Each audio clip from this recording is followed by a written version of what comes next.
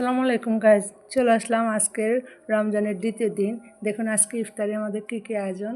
আমার মেয়ে বসে আছে, আজান হচ্ছে, কিন্তু আজকে কাজ করতে করতে একটু লেট হয়ে গেছে, তো ইফতারে ভিডিও করতেও লেট হয়ে গেছে। এই দেখুন আজকে সে রোল খাবে, তাকে চিকেন রোল বানিয়ে দিয়েছি।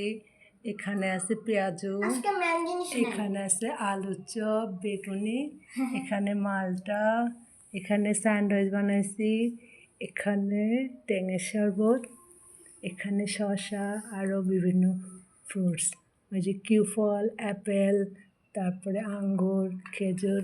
এই যে ওর বাবা বসে আছে।